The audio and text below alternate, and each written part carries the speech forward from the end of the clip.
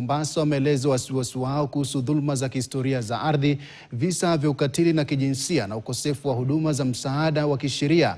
Akizungumza wakati wa kliniki ya bure ya kupeana uhamasisho na usaidizi wa kisheria katika wadi ya Chaani, wakili Fatma Barehan alisema familia nyingi zinaendelea kupoteza ardhi na mali zao kutokana na ukosefu wa uelewa wa kisheria na gharama kubwa za uwakilishi mahakamani. Zaidi ya wakazi 200 walipata usaidizi wa kisheria katika kliniki hiyo inayoshughulikia migogoro ya ardhi, masuala ya urithi, fidia za majeraha kazini, madai ya pensheni na masuala yanayohusu pia watoto. Wakazi walidai kwamba baadhi ya wawekezaji binafsi wanatumia mianya ya kisheria iliyopo ili kunyakua ardhi inayodaiwa kuwa mali ya jamii za wenyeji. Wameomba pia mipango kama hiyo iendelezwe ili kusaidia kulinda haki za jamii hizo.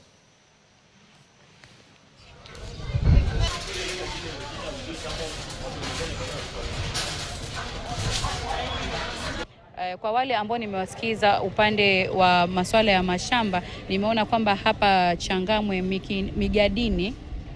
Migadini na hapa Chaani pia vile vile kuna haja ya mimi kurudi kukaa na wale wakazi wa Migadini na wakazi wengine wa Chaani, wale ambao ardhi zao zimenyakuliwa kwa njia moja au nyingine ama wako na kesi, ili kuja kuelezana zaidi, kwa sababu nimepata wengine wamesema wamekuwa na kesi na mawakili, lakini imechukua kuanzia 2005 na mpaka leo hawaelewi, na already wako na permanent structure. Mama ameniambia jinsi naweza kufanya, akanielekeza, ndio nikaona nuru ya kwamba ninaenda kuokoa shamba letu, naenda kuokoa ndugu zangu, hata watoto wangu kwa jumla. Sababu wengi walikuwa kwa giza, kwa sababu unajua watu kijua tuna wanyonge na wana makesi wanadhulumiwa, hususan huku kwetu Chaani.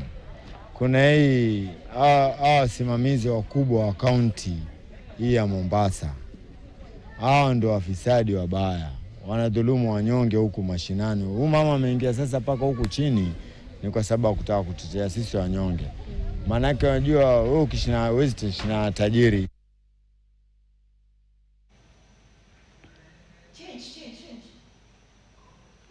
Naam, kwingineko ni kwamba uchunguzi kuhusu kifo cha mfanyabiashara